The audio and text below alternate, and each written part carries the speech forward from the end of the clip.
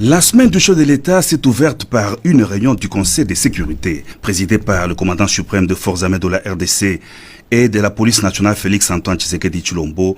Cette réunion marathon a été axée sur des questions se rapportant à l'instauration de la paix et la sécurité de manière définitive sur l'ensemble du territoire national. Étaient réunis autour du président de la République tous les responsables des services de sécurité civile et militaire, avec pour objet préparer le prochain Conseil supérieur de la Défense, a indiqué le ministre de la Défense nationale, Aimé Ngoï Moukena, au sortir de cette rencontre.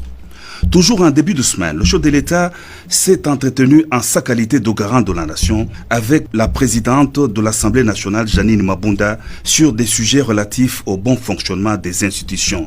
L'ensemble des questions liées au fonctionnement des institutions de la République à travers des consultations permanentes et une bonne collaboration ont été passées en revue au cours de l'entretien. La sécurité dans l'Est de la RDC et l'apport de la MONUSCO dans la riposte contre le Covid-19 ont été évoqués lors des échanges que le président de la République Félix-Antoine Tshisekedi Tshilombo a eu avec la représentante spéciale du secrétaire général de l'ONU en RDC, Leila Zerougui. Pour elle, cette rencontre faisait également suite à la multitude des cas de violence et d'atrocités que font subir les forces négatives aux populations civiles dans la partie est du pays.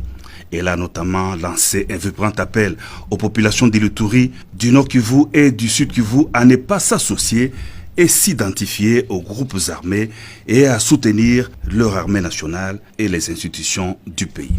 La République du Congo s'implique dans la médiation du différend frontalier entre la RDC et la Zambie. C'est dans ce cadre que le ministre congolais des Affaires étrangères, de la coopération et des Congolais de l'étranger, Jean-Claude Ngakoso, a effectué un bref séjour à Kinshasa. Il était porteur des messages du président Denis Sassou Nguesso à son homologue de la RDC Félix-Antoine Tshisekedi Tshilombo.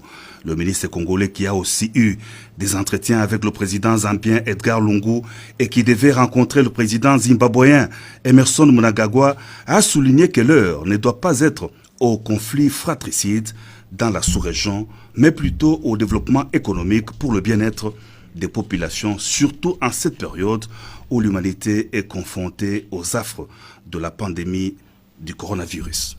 Samedi, le 23 mai 2020, c'est la date de la mort de Charles Pierrot Kilosho, directeur adjoint à la communication du président de la République. Toujours très sensible aux malheurs qui frappent chaque famille congolaise, le président de la République Félix-Antoine Tshisekedi Tshilombo s'est rendu le mardi 26 mai à la morgue de l'hôpital du Cinquantenaire où il s'est recueilli devant le corps du défunt avant l'inhumation intervenue à Benseke, Nouvelle Cité. À la morgue de l'hôpital du Cinquantenaire où la cérémonie funéraire s'est déroulée dans le respect strict des mesures barrières au Covid-19, le chef de l'État s'est entretenu avec la famille biologique de Charles Kilosho, à qui il a exprimé toute sa compassion et le réconfort moral. Nous recevons sur ce plateau le porte-parole du chef de l'État. Bonsoir, M. Kassongomé Mayamba. Bonsoir, Maman Lucille Alikisenda. Quel est le climat de travail qui règne actuellement à la présidence?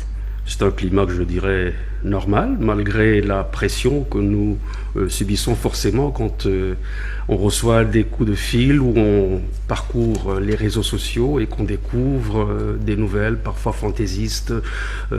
Mais bon, on est là, on fait confiance aux mesures qui sont prises par les autorités et on travaille plus ou moins dans la sérénité, selon les cas. Et justement, en rapport avec les réseaux sociaux, il y a une série de morts à la présidence, mais il y a silence radio et la population se demande qu'est-ce qui se passe exactement. Vous savez, lorsque le chef de l'État avait décrété la mesure d'état d'urgence sanitaire, beaucoup de gens n'avaient pas encore mesuré la portée de ce que le monde médical appelait la pandémie du Covid-19. Et je me rappelle d'ailleurs sur votre plateau ici, quand j'étais venu pour parler la première fois d'une prorogation de cet état d'urgence, pour la deuxième fois de cette prorogation, Bon, quand je rencontrais les gens, oui, mais attendez, quand est-ce que vous allez lever? Mais on ne va pas lever ça comme ça, puisqu'il y a un état qui a lieu sur le terrain. C'est une maladie extrêmement dangereuse qui est sur le terrain, et donc c'est pour cela qu'on a décrété l'état d'urgence. C'est vrai que la RDC a pris les mesures nécessaires, les mesures barrières, qui sont appliquées plus ou moins partout, mais il faut voir. Vous venez de donner d'ailleurs en ouverture de ce journal les chiffres. Vous voyez qu'ils continuent d'augmenter, les personnes touchées par la maladie. Donc la RDC n'est pas seule. Et si vous regardez les chiffres d'autres pays, je crois que c'est encore plus alarmant. Mais nous n'allons pas rester là en état de panique en nous disant, bon, non, il y a des mesures qui existent, on essaie de les appliquer. Qu'il y ait des personnes qui soient touchées, ça je pense que c'est une évidence. Il se fait malheureusement qu'on a beaucoup plus les regards tournés vers la présidence, c'est normal. Le chef de l'État, c'est quand même le garant de la nation. Il y a beaucoup de personnes qui visitent la présidence de la République pour des raisons d'État, pour des raisons de travail. Et donc, c'est un lieu très fréquenté. Et donc, forcément, c'est un lieu très exposé. Alors, ce qu'il y a à faire, naturellement, c'est de déplorer ce qui nous arrive, effectivement, de pleurer les morts parmi nous, mais nous continuons d'espérer que les mesures qui sont prises vont produire leur effet. Ça peut faire peur, et je peux vous dire effectivement que quelquefois ça fait peur. Mais nous devons surmonter cette peur, pas seulement à la présidence de la République, c'est parce que c'est l'organe le plus visible. Mais je pense que si vous regardez autour de vous, dans les entreprises, dans certaines sociétés, vous retrouvez peut-être le même cas, et c'est ce qui est reproduit dans la statistique que vous avez vous-même annoncée en entrant dans ce studio. Donc, si on peut comprendre, pour vous, toutes ces morts sont vraiment naturelles, alors qu'on parle des morts dues au coronavirus. Est-ce que le coronavirus a élu domicile à la présidence de la République? On ne peut pas dire que le coronavirus a élu domicile à la présidence de la République. D'ailleurs, il y a un slogan que je crois apprécier à sa juste valeur. Le virus ne se déplace pas. C'est nous qui le déplaçons. Donc je crois que ce slogan en lui-même dit très bien que c'est nous, à travers nos comportements, qui pouvons stopper, qui pouvons prolonger la vie de ce virus. Donc, on ne peut pas dire que le virus a élu domicile. Je dis encore ici une fois, la présidence, c'est une institution, enfin le président est une institution, et la présidence, c'est un service qui a attiré sur lui tous les regards. Et forcément, on ne parle pas beaucoup de ce qui se passe ailleurs. La situation du coronavirus ici, elle atteint pratiquement tous les niveaux de la société, y compris la présidence de la République. C'est vrai, on peut s'alarmer, on peut être plus ému lorsqu'effectivement on apprend aujourd'hui, quelques jours après, que la mort a encore frappé à cause du coronavirus. Je comprends très bien, ce sont des réactions tout à fait humaines. Mais dans toutes les sociétés, dans toutes les couches de la société congolaise, vous avez exactement ce même type de phénomène. Et les poisons qui auraient été détectés dans différents bureaux à la présidence de la République, qu'en est-il? Déjà, il faudrait bien qu'on s'entende sur détecter. Et je lis comme vous les réseaux sociaux, je les parcours. On a détecté. Qui a détecté? Quand? Par quels moyens? Je pense que demain, ici même à la RTNC, nous aurons une grande émission avec le concours de la faculté de médecine de Kinshasa, notamment le professeur Kayembe. Il y a des spécialistes, des toxicologues qui viendront, qui vont vous montrer que quelquefois les éléments que nous découvrons dans les réseaux sociaux ne sont pas du tout fondés. C'est pour ça que je vous dis, tant que je ne peux pas éliminer d'un coup de trait comme ça, non. Si il y a des preuves scientifiques qui montrent que telle personne est décédée parce qu'elle a avalé, parce qu'elle a consommé telle structure nocive qui est provenue de tel ou tel endroit, mais il n'y a pas de problème. De toute façon, il y a des structures à la présidence qui s'occupent de cas. Nous avons des personnes qui se sont déjà plaintes de certaines douleurs, de certains dysfonctionnements. Mais il y a des structures qui prennent ces personnes en charge. Je voudrais vraiment que les gens se mettent en tête qu'on n'abandonne pas le personnel à la présidence de la République et qu'il y a des mesures qui sont véritablement prises pour éviter. Actuellement, juste une petite minute, nous avons adapté. À chaque fois que nous surveillons ce baromètre que vous le lisez chaque fois en début de journal, la présidence adapte les mesures pour véritablement coller. Justement, c'est en rapport avec les mesures. Quelles sont les mesures prises pour arrêter tout ça? Mais les mesures sont nombreuses. Il y a d'abord les mesures barrières que tout le monde pratique. Aujourd'hui, par exemple, si vous allez au bureau du président de la République, vous avez un portail de désinfection. Vous ne pouvez pas passer sans entrer chez le président sans passer par ce portail. Ces portails sont également installés dans d'autres sites. Il y a le confinement. Au début, on s'était dit, quand ce n'était pas encore des chiffres très alarmants, on s'est dit, on peut laisser 3 à 4 personnes par bureau. Mais au fur et à mesure que les chiffres augmentaient, on s'est dit, nous ne voulons pas exposer beaucoup de gens à ce danger. On est en train de restreindre, et de plus en plus on restreint. Finalement, on n'acceptera plus dans les bureaux de la présidence de la République que les personnes strictement indispensables. Et cela se fait déjà. À côté de cela, nous avons également eu à mettre en place la pratique des tests rapides. Parce que jusqu'à présent, il y a eu ce retard dans la livraison des résultats.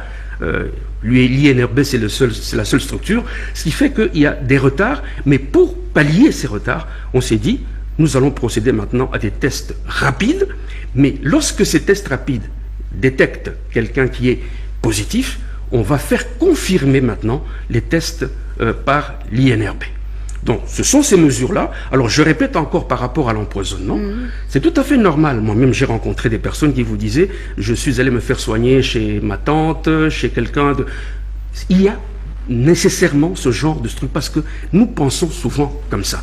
Mais je dis ici que scientifiquement, il n'y a encore aucune preuve qui a été donnée pour dire qu'il y a autre chose que le Covid-19 parmi les décès qu'on a déplorés à la présidence de la République. Et pour cette semaine seulement, il y a eu combien de morts à la présidence de la République? Bon, pour cette semaine, je ne suis pas non plus là pour faire la comptabilité. Moi-même, personnellement, j'ai été accompagné Charles Pirot-Kilocho, le directeur adjoint de la communication de la présidence de la République. Je crois que si je ne me trompe pas, nous avons enterré, je crois, 2 ou 3 personnes cette semaine. Donc, contrairement à ce qui se raconte dans les réseaux sociaux, 8, 7... Bon, c'est-à-dire que les gens font la comptabilité depuis le début de la maladie. Depuis le début, on parle depuis les 20 morts. Depuis le début de la maladie dans notre pays. Mais là, vous m'avez posé la question sur la semaine. Oui. Je vous ai répondu sur la semaine. Non, je voudrais vraiment tranquilliser la population. On est vigilant. Tous les services de la présidence sont vraiment mis en alerte. Pour l'instant, c'est vrai que ça peut nous faire peur. Forcément, personne ne va quelque part là où on lui dit attention, il faut faire ceci. Nous recevons tout le temps des messages. Faites attention. C'est vrai, on fait attention. On prend soin de pratiquer les mesures barrières. Mais je vous ai également dit, ici, il y a toutes ces mesures qui ont été prises, notamment la restriction. On ne va pas au bureau lorsque ce n'est pas nécessaire. On va commencer à faire le télétravail. C'est déjà en cours. Nous nous adaptons et les mesures vont continuer à être renforcées au fur et à mesure que le baromètre que vous avez donné en début de journal va continuer. Merci de vous soucier de ceux qui travaillent à la présidence de la République. Nous vous en sommes véritablement reconnaissants. J'en ai même un peu d'émotion. Mais c'est vrai, je comprends. C'est normal. C'est la première institution du pays. Et c'est normal que les gens veuillent être informés de ce qui s'y passe. Merci, ça va passer. Je vous en prie. Merci d'être passé chez nous, monsieur le porte-parole. Nous vous remercions. Merci. Africa cool, et abena cool, Africa cool, abena cool, le quoi cool matopi, cool. Africa cool télévision izolandama koleka banungu nungwa batuna katamboga kungu. Chaîne Nabiso Africa cool. En tout cas, esa chaîne ya bien et puis vous êtes très rapide. Esa très rapide, esa chaîne moko bakosa bino confiance. En tout cas, nazo senga na bato oyo nanu ba souscrire te bazwa. Donc, eza vraiment neti oyo balobaka ke boka lelo, lamba lelo, lia lelo. Donc, eza kitoko na sepeli na bino, na sengi na bato nyonso bo souscrire ebele boko zala déçu te.